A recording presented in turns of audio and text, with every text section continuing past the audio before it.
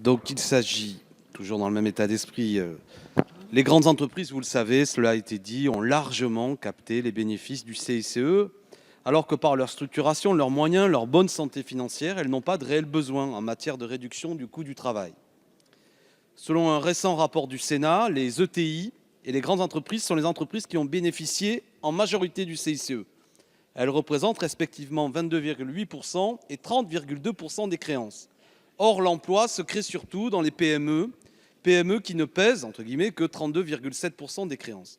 Votre gouvernement, et pourquoi je ne lui reproche pas, ne jure que par les petites entreprises. Ce serait pour elles que les ordonnances réformant le code du travail auraient été réalisées si vite. Ce serait pour permettre d'investir en elles que l'ISF a été supprimé. Ce serait uniquement pour elles que le CICE serait pérennisé, si l'on vous écoute. Pourtant, tous ces dispositifs ont un point commun.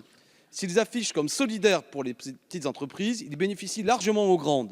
Sorte de passagers clandestins, si l'on peut dire, d'une opération qui n'est pour elles que juteuse et n'a pas le moindre rapport avec un plan d'urgence. Dois-je rappeler que, contrairement à ce que disait le collègue, ou du moins en réponse, la France a été l'année dernière championne d'Europe, nos entreprises, de reversion des dividendes aux actionnaires.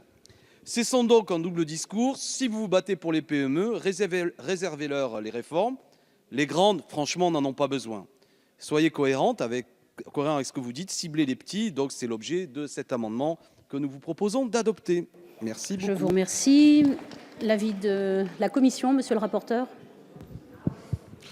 Sur la forme, je suis un peu troublé parce que Madame Obono, je le dis avec taquinerie mais sans méchanceté aucune, mais il y a 5 minutes, Madame Obono nous disait « nous ne voulons pas raboter le CICE, ce que nous voulons c'est le supprimer ». Or là, il y a un amendement qui vise clairement à raboter le CICE mais sans le supprimer. Sur le fond, je ferai la même réponse qu'à Madame Le Pen il y a 10 minutes quand elle voulait limiter le CICE aux entreprises de moins de 250. Vous, c'est pour limiter aux entreprises de moins de 20 salariés, c'est-à-dire que nous devons soutenir nos entreprises, ne pas augmenter le coût du travail de façon brutale pour les entreprises, quelle que soit leur taille, qui créent de l'emploi dans notre pays. C'est l'objectif qui doit nous réunir tous aujourd'hui.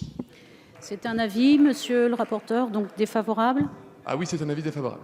Madame la ministre. Défavorable. Défavorable. Madame Obono, vous avez souhaité prendre la parole. Merci Madame la Présidente. Et oui, Monsieur le rapporteur, il s'agit d'un amendement qui vise à atténuer un peu les effets désastreux de votre CICE. Effectivement, si nous avions eu la majorité à l'élection législative, nous ferions tout autre chose. Nous financerions la sécurité sociale, nous développions une 5e branche, nous investerions l'argent public là où il y en a besoin. Mais nous pensons néanmoins qu'aujourd'hui, s'il n'est pas possible de vous convaincre de supprimer ce CICE, il serait possible de au moins vous faire comprendre qu'il y a besoin de mieux le cibler, puisque vous êtes au moins quelques-uns d'accord sur le fait qu'il y a eu des effets pour le moins mitigés.